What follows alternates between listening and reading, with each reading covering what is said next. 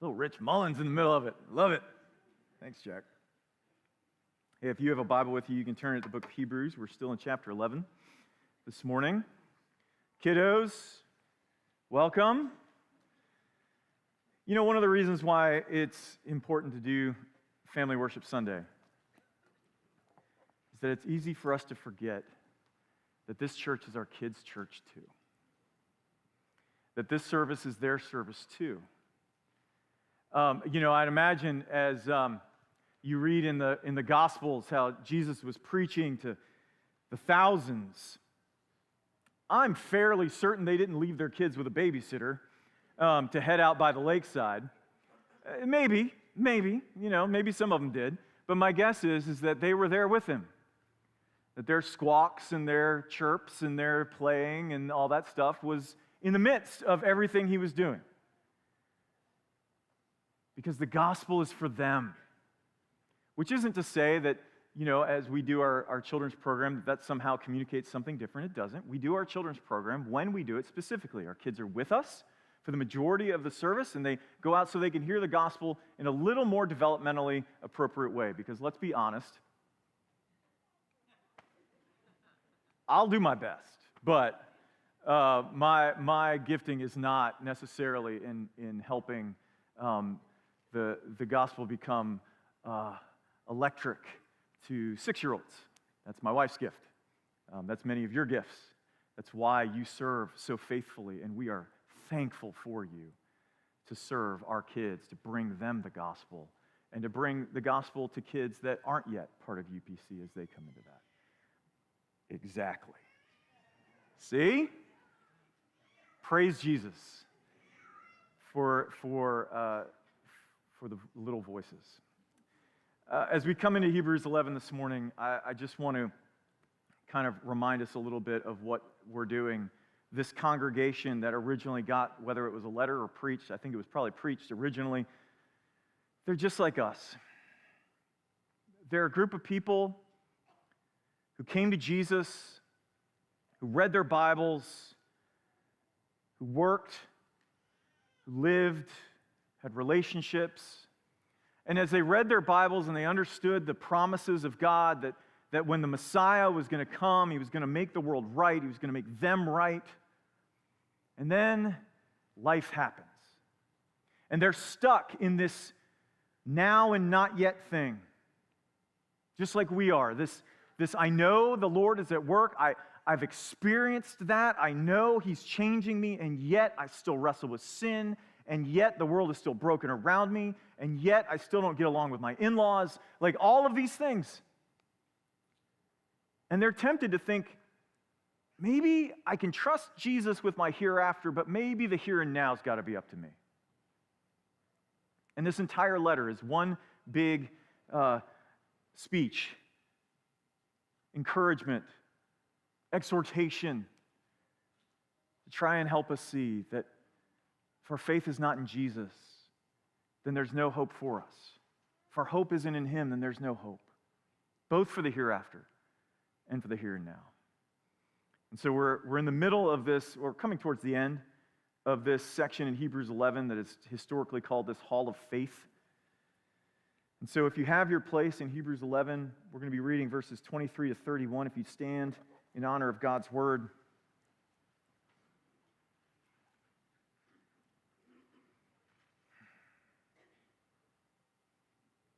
Let's receive this as it was intended, as God's very word to us.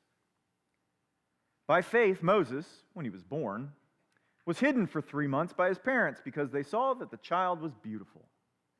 We'll get to that. And they were not afraid of the king's edict. By faith, Moses, when he was grown up, refused to be called the son of Pharaoh's daughter, choosing rather to be mistreated with the people of God than to enjoy the fleeting pleasures of sin. He considered the reproach of Christ of greater wealth than the treasures of Egypt, for he was looking to the reward. By faith he left Egypt, not being afraid of the anger of the king, for he endured as seeing him who is invisible.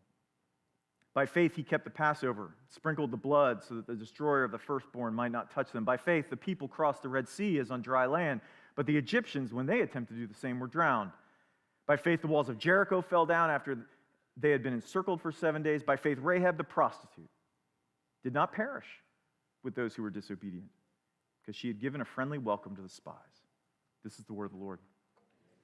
Would you pray with me? Lord, we are a vulnerable people.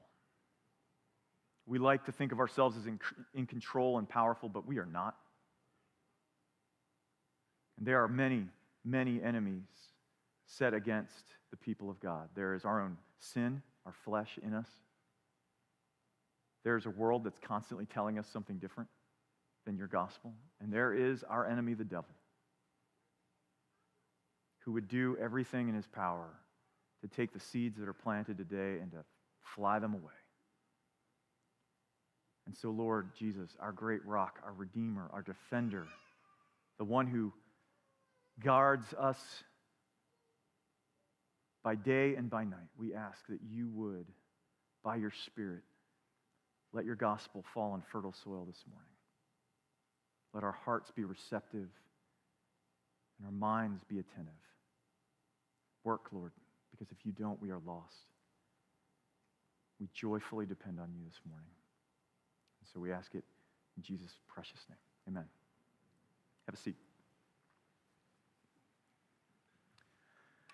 You know, I think one of the reasons why the Bible at times can seem so distant to us as we read it is that we tend to dehumanize the people that are in it. And by that, I don't mean the way we normally think about that word. I mean, we forget that the people in the stories of the Old Testament, the New Testament, all these things, they're just people. They're like us. And that's the hard part, right? Because we read about the things they did, the things they experienced, and we tend to read it through this idealized lens. And through that lens, we make them into giants. These giants of faith for whom all the stories about them were just normal. And when we do that, it kind of gives us an out, doesn't it? I mean, I'm no giant. Are you? I'm no giant of the faith. I struggle. I've got doubts. I'm sure you do too. We read about Abraham and all the things he did, or the prophet Elijah, or David, and we're like, that's great for them, but they're not me, and so I guess I can get a pass. And we certainly do that with Hebrews 11. I mean, we have, not the scriptures, we've entitled it the Hall of Faith, right? Which is a play on the Hall of Fame. And the Hall of Fame, of course, is for like the best of the best in whatever category you're looking at. Mainly sports, but I guess we have a rock and roll one now too, right? They're like the best of the best. They're extraordinary people. And we look at this and we go, these are extraordinary people. So what they're talking about doesn't really apply to me because I'm pretty ordinary. Yet one of the most important things about reading the Bible is to remember that these are people just like us. And so if they're like us, what drove them to do what they did? If they had the same doubts, the same struggles, the same fears that we do, what drove them to have these moments of absolute awesomeness? That's the question we're going to bring to the Bible this morning, and we're just going to look at it in two ways this morning. We're going to look at the faith to step out and the faith to step up, and in your worship guide there's an outline if you'd like to do that. So last week we finished up Hebrews going through these figures from the book of Genesis, right? Abraham and Isaac and Jacob and Joseph, and our author's just kind of been walking us through that first book of the Bible, and now we get into Exodus and the stuff that happens in Exodus and Joshua. So let me catch you up on the story so far, and then we're going to get to this text. So we left off last week with Abraham, Isaac, Jacob, and Joseph, right? And Joseph was the great-grandson of Abraham. He had been sold into slavery by his brothers. He had ended up in Egypt, and through the hijinks that ensued, ended up becoming the second in charge of the entire empire. And because God kind of gave him forewarning in dreams, like he knew that there was a famine coming, and so he prepared and worked alongside the king of Egypt, because the king was actually the one who got the dream. He was able to interpret it, and he worked alongside the king of Egypt to come up with a plan of how to build up the food reserves of Egypt so that everyone would survive, and he did so. And as Egypt was known for those food reserves, people from other nations came to them, like his family, who didn't know he was still alive, and they came to him, and there's this whole story of how his brothers suddenly get revealed that it's their brother that they thought they had killed or at least gotten off into slavery, and they're scared, and he says, don't worry, you're going to be with me now. Excuse me. And so all of the family of Jacob ends up, 12 sons and all of these kids and grandkids and all this stuff, all of them end up in Egypt. And as they're in Egypt, the scripture tells us that they continued to prosper and to grow. And they were there for 400 years. And the beginning of the book of Exodus begins with this verse. And there arose a Pharaoh who knew not Joseph. In other words, there was a guy who came up who didn't understand the value of what this group of people had done for Egypt. And so he enslaves them. And they were in slavery. And so now we get to our text. Look down at verse 23. It says, by faith Moses, when he was born, was hidden for 3 months by his parents because they saw that the child was beautiful. I said we'd get to that, and we will. So what's interesting here is it begins with by faith Moses, and then it has to do with something that Moses didn't do, right? By faith Moses, when he was a baby, was hidden by his parents. So it's really by faith Moses' parents, but we're highlighting the fact that we're getting into the story of Moses. And so what it talks about is that he is hidden. So here's what they're talking about. So as this Pharaoh who knew not Joseph is enslaving the people, they keep multiplying. And the king of Egypt is no fool. He realizes that when you have a population that you're trying to impress, or oppress, not impress, they weren't trying to impress anyone. They're trying to oppress this group of people, that if they get too large, that Egypt will no longer be able to oppress them. Right? Numbers will win out. And so he makes up this order. He says, what we're going to do is we're going to have all of the babies, boy babies especially, but all of the boy babies under a certain age killed. And so the order goes out. And it says that, we're told here, that Moses' parents hid him for 3 months. Now, the way they did that, according to Exodus, is they did him by placing him among the reeds where Pharaoh's daughter often bathed. So you've got the River Nile, you've got some reeds there. She would come down to take a dip, and they placed him there. Now, I know that most of us grew up, especially if you were kind of growing up in the age of the Prince of Egypt, but also in other theatrical depictions of this. The way it's depicted is often that kind of Moses' parents kind of put him in this round basket and kind of let him set sail down the river, and he just so happened to come to where Pharaoh's daughter was. And in fact, what this was the parents of Moses placing him where they knew he would be found. Okay? They placed him where they knew he would be found by Pharaoh's daughter. And it says that they did this because he was beautiful. Now, that's a weird statement, right? As if like all the other parents were like, my baby's ugly. Take him. Ugh, here you go. Or they kind of looked at him and was like, I can't kill this baby, he's too pretty. That's not what's going on, okay? Now, scholars are a little divided, and by a little I mean a lot divided, on exactly what's trying to be communicated here, both here and in Exodus, because it says it there. In Exodus, it says that he was a fine child. I don't think they meant fine the way we mean fine, when we say, he's fine. But it's still the same kind of idea, right? What's trying to be communicated here, and what everyone kind of agrees on, is that in some way they were able to discern somehow that there was something unique about this boy, even that possibly that God had a particular destiny for him, a plan for him. And it says that they did this and they were not afraid of the king's edict. Now, there's 2 ways to take this. The first way is simply to say that they didn't care about the king. In other words, they weren't afraid of anything happening to them. The second way, which seems a little more likely, is not that they weren't afraid at all. Right? Let's be honest. In the ancient world, in a way that we don't understand, the king held the power of life and death. The king didn't need a reason to kill you.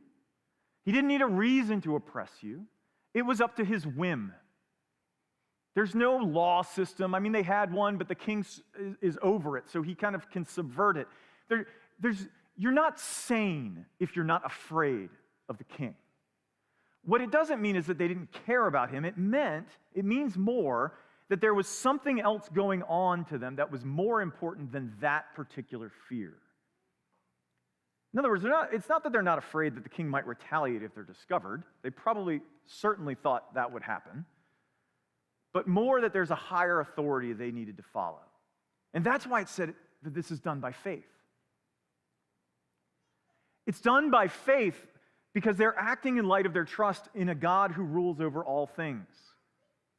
And that faith moved them to place themselves outside of the law, outside of Pharaoh's edict, which was law, because they needed to obey God before Pharaoh. Now that resonates with some of us. Stay with me, okay? Stay with me. Stay in that resonance for a minute. And this continues when Moses grows up as he follows a different vision. Look down at verses 24 to 27. Okay? If you're not familiar with the story of Exodus, here's how it goes. So Pharaoh's daughter does find Moses conveniently placed in the reeds right next to where she normally bathed. Who knew? And she finds this baby, and she says, look, a baby. I'm going to keep him. Somebody obviously didn't want him, so I'll take him. And then, Moses' sister is standing nearby because they knew where they put him. And she's standing nearby, and she says, hey, I know somebody who might be able to nurse him for you because they didn't do bottles, right? So I know someone who can nurse him for you. And Pharaoh's daughter says, okay. And so she goes and gets her mom, Moses' mom, to be Moses' nursemaid. But he's raised in the household of Pharaoh's daughter, not Pharaoh. I mean, it's in Pharaoh's household, but it wasn't Pharaoh's wife that found him, unlike Prince of Egypt. It was Pharaoh's daughter, okay? And as he's growing, when he reaches adulthood, this isn't like when he's in his teens, when he reaches adulthood, he began seeing the plight of his people. And so in verses 24 to 27, what we're looking at is this shift that's going on. Because here's the deal.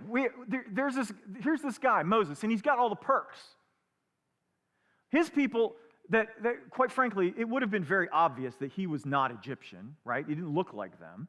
His people are all slaves. They're being beaten. They're being made to make bricks without straw and all this awful stuff. And he's got all the perks. He's living in the household of Pharaoh. He's going to get all the food. He's going to get all the pleasures. He's going to get all the convenience, all the comforts. But instead, we're told that he chose rather to be mistreated with the people of God than to enjoy the fleeting pleasures of sin. So Hebrews is giving us a little bit of an interpretation of the story here.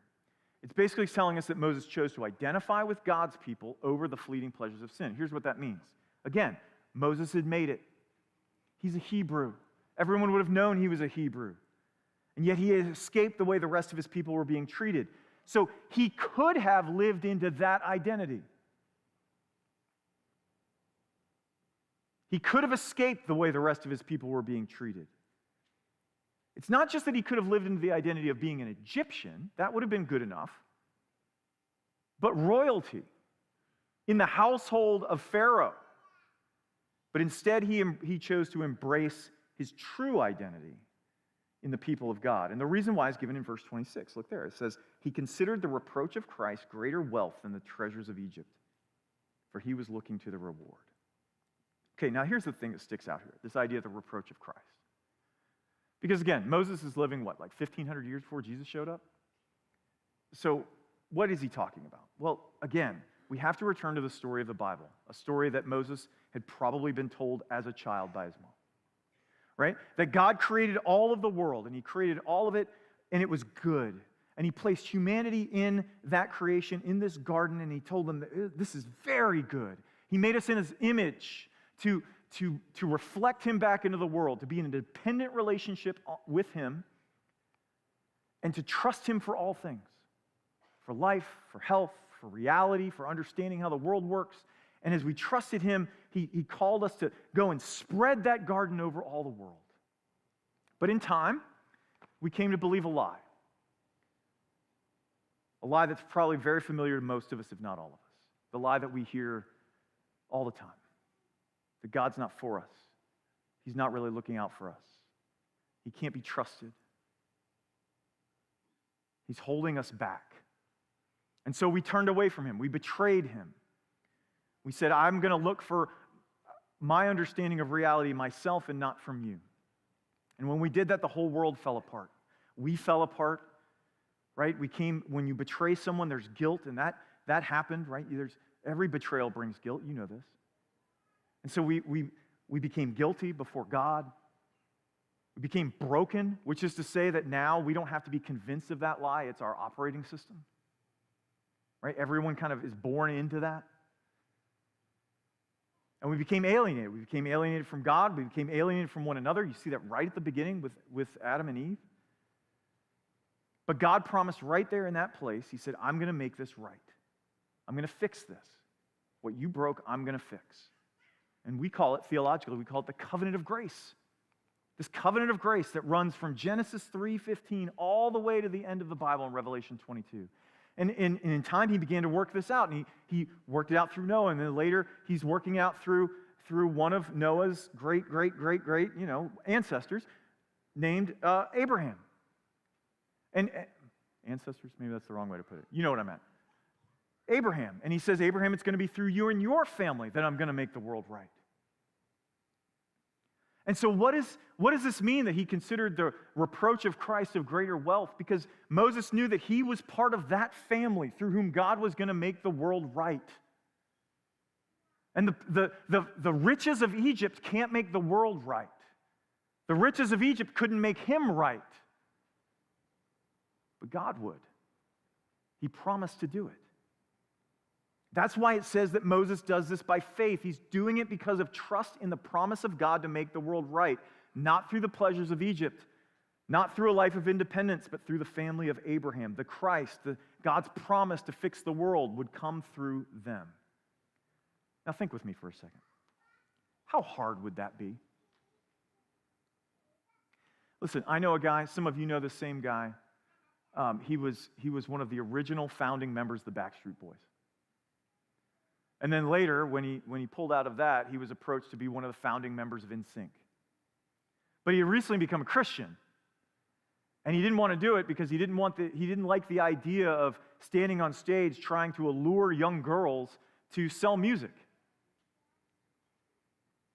And if you're anything like me, you think, I can do anything for a couple of years for some money. And you can have great justifications behind it, right? Like, listen, if I make all this money, then I can go become a pastor, and I don't have to take a salary from a church. Look how good this would be. It would actually be a good thing. Like, we can do that. How hard would it be to be in the place where Moses is? But Moses was able to do this in this moment because he trusted that God was going to be true to his promise, and he would do it as he said he would. He didn't need Moses to fix it. He didn't need Moses to figure it out. He would do it. So he left Egypt. Look down at verse 27. It says, by faith he left Egypt, not being afraid of the anger of the king. Now, if you're a Bible nerd, you know that the Exodus passage actually says that Moses, the reason he fled Egypt is because he interrupted a time when one of his people was being beaten by an Egyptian, and he killed the Egyptian. And it says that when a couple days later, when he was trying to break up a fight amongst two Hebrews, that they said, what, are you going to kill us like you did the Egyptian? He's like, oh, I've been found out. I thought I did that all like Jason Bourne-ish, and no one knew. And now everybody's going to find out. I gotta run away. And so it says that he does this because he was afraid of being discovered. And so it's easy to think that what he was afraid of was punishment from the king. But what Hebrews is trying to tell us is that Moses fled off to Midian, not because he was afraid of the king. I mean, think with me. Moses was influential, he was powerful, he was well-known, and he was a Hebrew. If he wanted to incite a slave revolt, he could have done it. He had the means.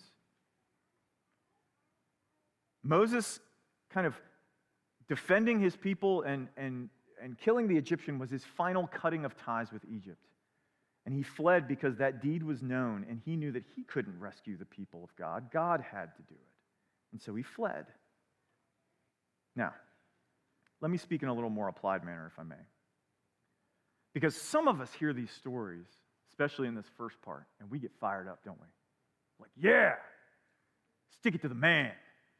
Like, we want to, yeah, I'm following God.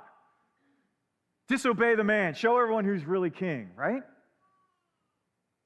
And that's because it would be easy to hear these things in a very culture warrior-ish type way. The problem is there is a difference between the way we normally understand a culture warrior and maybe more of what's being described here. So let me explain. There's a kind of way of being different in the world that isn't really for Jesus. It's for us. Because it's more about being right and about being seen as right than it is about following Jesus. Some of us rail against the culture and seek to find opportunities to disobey the civil authority, right? Not because we've truly prayed about it and we see no other option, but because we like it. Like it just kind of fits with our makeup. Seems like the best thing to do all the time. We want to show others that we are on the right side of things. And listen, this is especially dangerous and true when you intuit that everyone else is on the other side. When you think that you are kind of this minority, kind of encircled minority, it becomes really easy to kind of declare all the time how you're on the right side of things and you want others to see it. We want what that will give us. But listen, this is where the gospel comes into play for us. Right? The Apostle Paul, one of the early Christian leaders, was able both to declare Jesus to the Roman world as the true king of all things. Kind of a threat to Caesar. He was able to do that. And also personally practice and call the church to follow the emperor. Because the gospel freed him to not have to be seen as right. He was able to see the only rightness that really mattered was not what your neighbor thinks of you, but it's the rightness that Jesus gives you by faith as a gift, that rightness before God. Now, some of you are arguing with me right now in your heads, and you're thinking, Rick, we have to follow God rather than men. You're right. But are you following God? Because listen, Peter, another early Christian leader, Peter didn't say that when he had to pay the temple tax. He said that when people told him, you can't speak about Jesus anymore. It wasn't everything. Like Paul, the Apostle Paul, didn't stay and argue the truth and the merits and the proofs of the resurrection on Mars Hill when they laughed at him till he just kind of talked it to death. He didn't do that. He said it. They laughed at him. He said, I'm going to go to people who are a little more receptive. And he walked down the hill and he did that. Because his identity wasn't threatened by their unbelief. His identity was in Jesus, not in his rightness.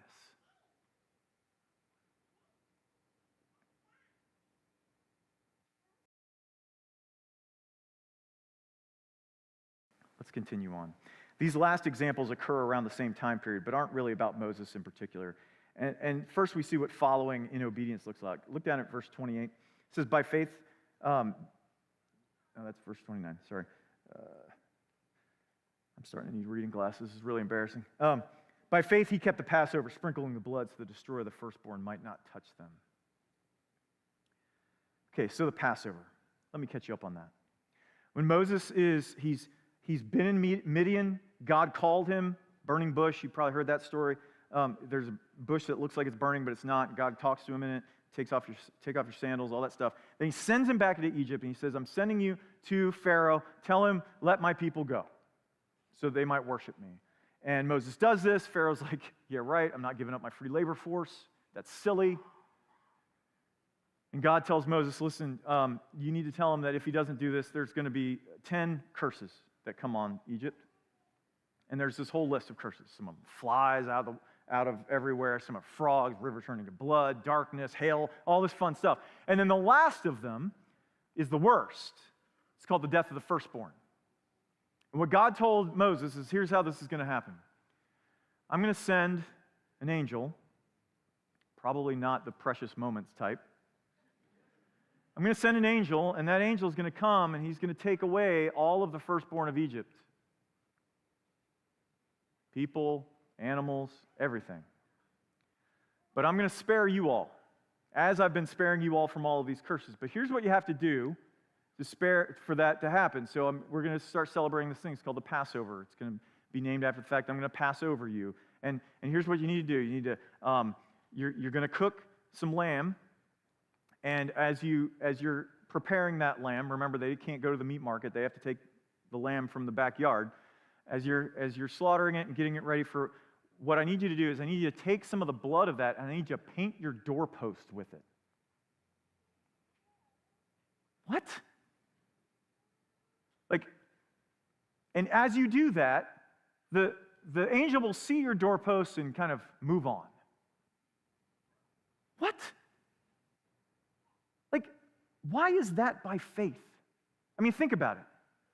What does painting your doorframe with blood do besides stain your doorframe? Nothing. The answer is nothing. God has said that this angel of death is going to come and take all the firstborn, but if you paint your doorframe with blood, it won't get you. Is there something magical in the blood of the animal? Is this like a magic spell that keeps away bad spirits? No. This is an act of faith. This is, in a sense, trusting that God will do as he says. The same thing happens in verse 30. Look down at verse 30. So by faith, the walls of Jericho fell down after they'd been encircled for 7 days. So this is fast forward a number of years. God's people have made it out of Egypt. They've wandered in the wilderness for 40 years, and now they're entering into the promised land under the leadership of Moses' successor, a guy by the name of Joshua. And they come to Jericho. And Jericho has the strongest and biggest walls of the ancient world. And if you're not familiar, the way you would do warfare in the ancient world is, with a city like that, is you would encircle it and you would cut it off and you'd wait them out. And you would just kind of make sure they can't get supplies in or out, and you're hoping they'll run out of food or water, and eventually someone will sue for peace. If it gets really bad and that's not going to happen, you would begin to push dirt upward and more so that you could get over the walls. God has another idea. He says, here's my plan for your war. I need you to march around, get everybody together. Here's what we're going to do. Joshua's like, okay, I got it. Divine warfare. This is going to be awesome. I need you to get everybody in a big line and walk around the city. Okay? Do it 7 days in a row. Okay? Then on the 7th day, you're going to walk around it 7 times, and when you get around to the 7th time, I'll tell you when you blow the trumpets. Okay. And so they do it. This is not how you do warfare in the ancient world. They're walking around it. They're not camping around it. They're not keeping horsemen from coming in and out. They're not keeping supplies from... Nope. They're just taking a trip, getting in their steps, walking around. And then at the end of it, they're going to shout and blow some horns. Can you imagine being in that army? Better. Can you imagine being one of the guards on the city wall and watching these fools walk around this place? I mean, if anything was the kind of the inspiration for that section in Monty Python and the Holy Grail, it's that, right? Like that's it. It's like, what are you talking about? Like, what are you doing? How dumb does this look? Like, is there some mystical rite being done here? Is this like the rite ceremony for wall felling? Maybe the 7 trips around the city just got the lungs of the people to the right place where the right frequencies would go off and crumble stone, right? No. This was God saying, do you trust me to do this for you? do you trust me to do this for you? I'm going to do this in a way that is impossible to mistake that I was the one that did it. That I'm the one that fights your battles. But you have to trust me in it. I need you to actually show that you trust me. I need you to walk around this place. And if it's you and me, we're thinking like, can't you just have us stand out front and you knock the walls down and we go, hey, look, and walk in? No, he says, I need to know you trust me. Here's the way this is going to look. I need you to just walk around. Show me that you trust me. And so they obeyed, even though it looked absolutely ridiculous, because they trusted that God would be true to his word.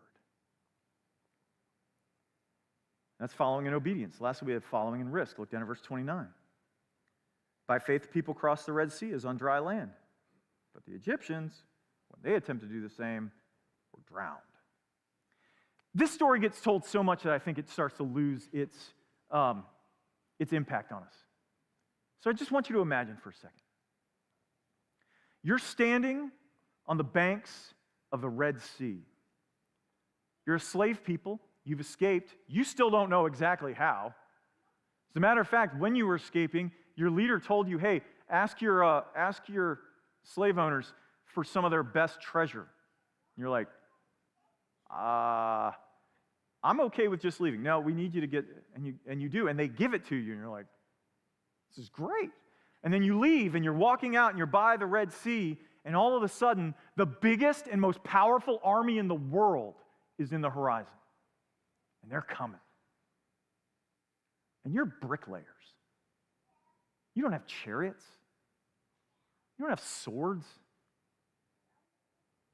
You're terrified. And then your leader walks up to the bank of the river, and he lifts up his stick, and the east wind starts blowing, and suddenly the sea is parted. And he says, come on, guys. Are you walking into that? I mean, how long is that going to last? This isn't a short walk. How long is that going to last? That water comes down and you're done. Remember, you live in a desert. You're probably not the best swimmer. And then you have Rahab. Look down at verse 31. By faith, Rahab the prostitute did not perish with those who were disobedient, because she had given a friendly welcome to the spies. So here's the story there. After Jericho falls, or before Jericho falls down, Joshua sent spies into the land. And because that's what you do, right? You send your forward observation people. They need to see what you're up against. And they come to Jericho, and they're trying to play themselves off, and they come into the city, and they end up at the house of a prostitute. Come on. The house of a prostitute, friends, in the ancient world is a brothel, okay? Why are they there? I have some ideas. So they end up there.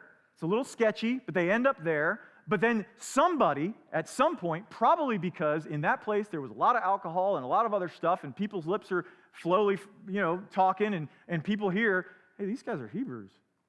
And somebody goes to the head of the city and says, we got some spies in town, and they're over there at that brothel. And so the army comes, and they're coming to arrest them, and they find out they're coming to arrest them.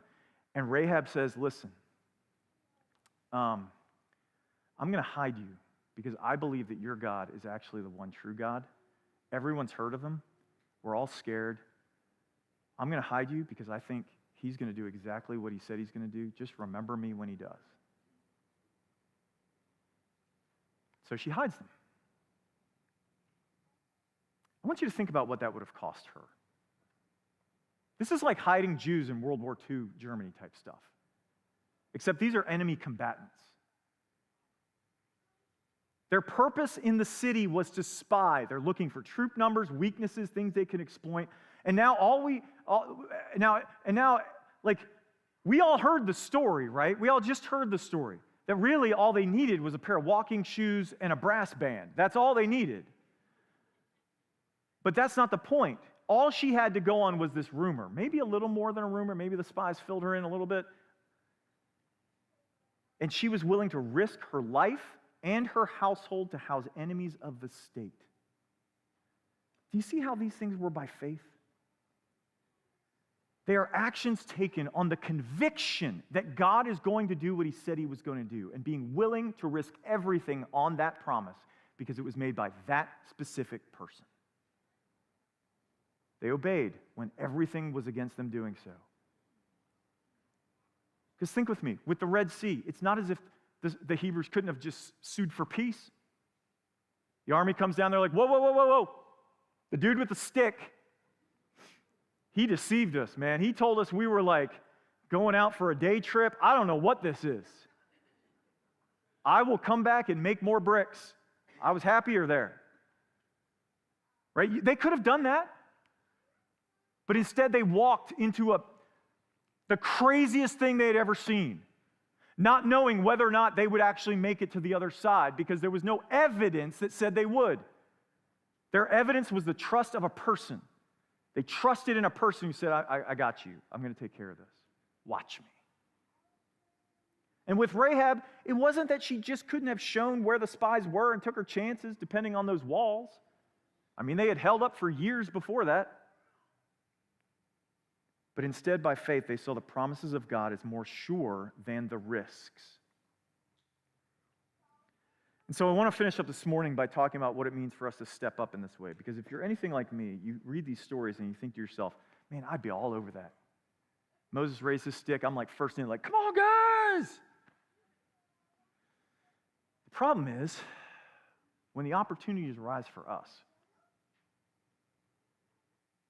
when the opportunities arise for us to obey in light of these promises, for us to risk in light of these promises, we shrink back like scared turtles. Why is that? See, one of the main ones, and I think it's kind of really highlighted in this passage, is looking foolish. No one wants to look foolish, do we? We don't just live in a culture where following God's word is seen as strange. Like in many cases, it's seen as foolish at best and harmful at worst. Right? We live in a culture where not expressing whatever sexual impulse comes into your heart is seen as harmful to us. It's restricting who we are. It's commonly believed that it's foolish, absolutely foolish not to live with someone before you get married because you just don't know whether you're going to mesh. You won't, by the way. It doesn't really matter when. That's not the point. It's not about meshing. It's about loving. Okay? It's different than meshing. The idea of giving away 1/10 of your hard-earned money is considered ridiculously stupid. The thought of caring for, loving, or just being friends with people who disagree with you, even with something like politics, is seen as compromising who I am. How are we going to follow Jesus in these things when everything around us tells us that it is unwise and we will look absolutely foolish in doing so? You know, I think that's actually the unspoken story of the Passover. Can you imagine what people were thinking as they're painting that blood on their doors? Like you walk outside, hey, Bob, what you doing? Same as you, painting some blood. Think this is going to do anything? I don't know. But he said to do it, so we're going to do it. I'm hopeful. Or like your neighbor who's an Egyptian. Maybe somebody who's walking down in that quarter sees you. They're pointing. They're laughing. What are you doing? Why are you painting your door frame with blood? That's silly. See, we want to be well thought of, don't we?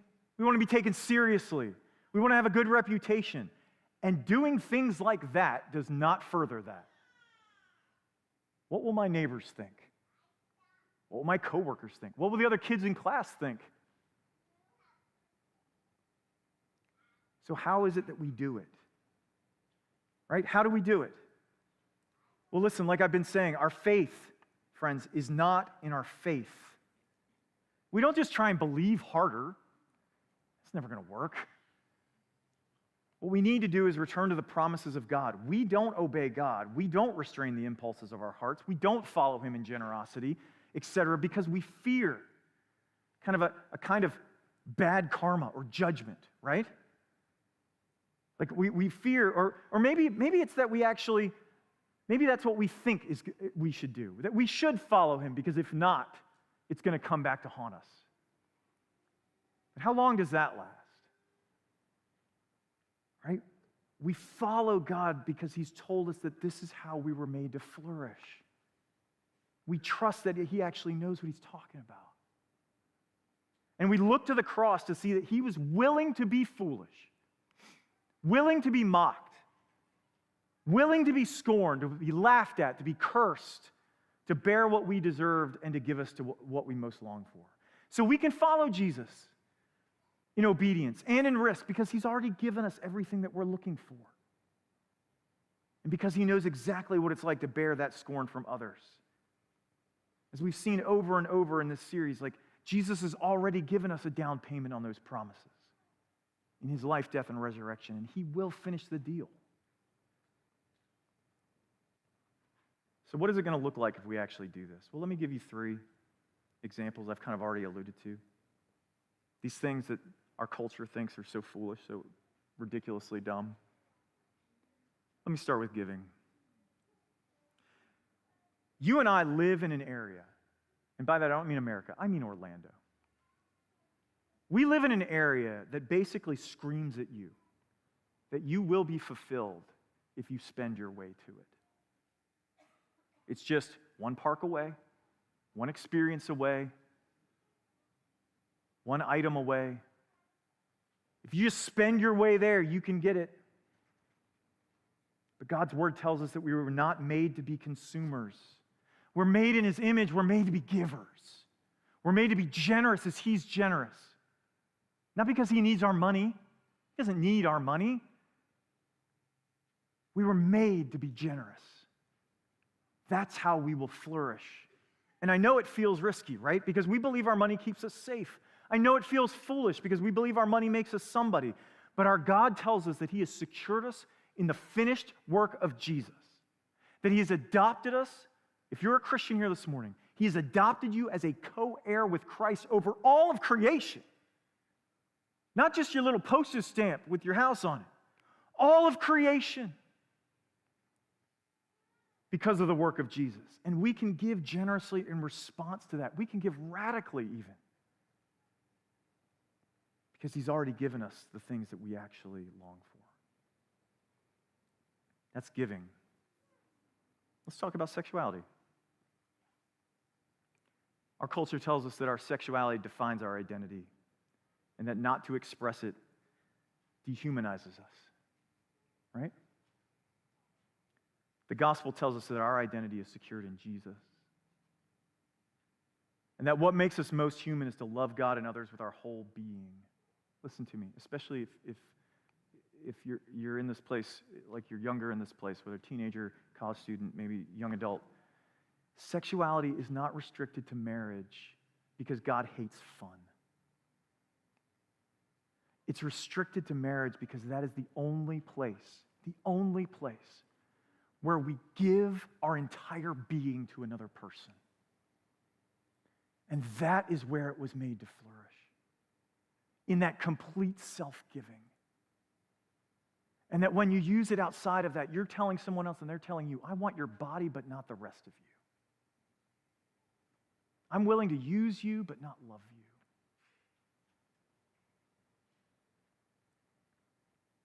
That is where it was made to flourish. And so that is why we look foolish in the world. Lastly, I want to speak about escape. Look, all of us do this. All of us. We all do this. But listen to me clearly. And you'll know you're in a Presbyterian church as you hear me say this. There is nothing wrong with enjoying an adult beverage. There is nothing wrong with watching a movie or a TV show or the news. There is nothing wrong with keeping up with friends on social media. The problem is that we take those things and we sometimes use them, don't we? So that we don't have to face life. It's one more drink. I'm going to binge this show. I'm going to scroll on my phone and look up, and it's 3 hours later.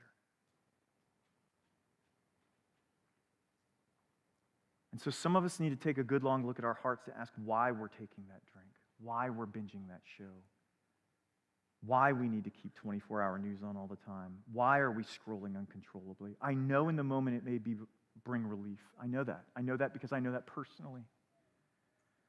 But Jesus is the only one that saves us, not these things. And it looks foolish in the world for us to say, like, this is what he's called me to rest in him and not in staring at my hand for 5 hours. And yet, it's what he's called us to. Why? Because, friends, faith is more than belief. It's more than belief. It's living in light of these promises. The promises that are truly here, but not fully here. Would you pray with me? Jesus, have mercy on us. Grow us into a people that are willing to risk much and obey because of the promises that you have made, not because of a fear of retribution. Lord, you call us to live now as we will be one day. And so, Lord, give us eyes to see what that is. Give us faith to begin to live in light of that. As you do it, we'll give you glory because you're the only one that can motivate us for that. The only thing that's going to do that is by taking the affections of our heart and overpowering them with an affection for you, for your glory, and for the promise of a new world. So, Lord, as you do it, we'll give you the glory for it. And we ask it in Jesus' name.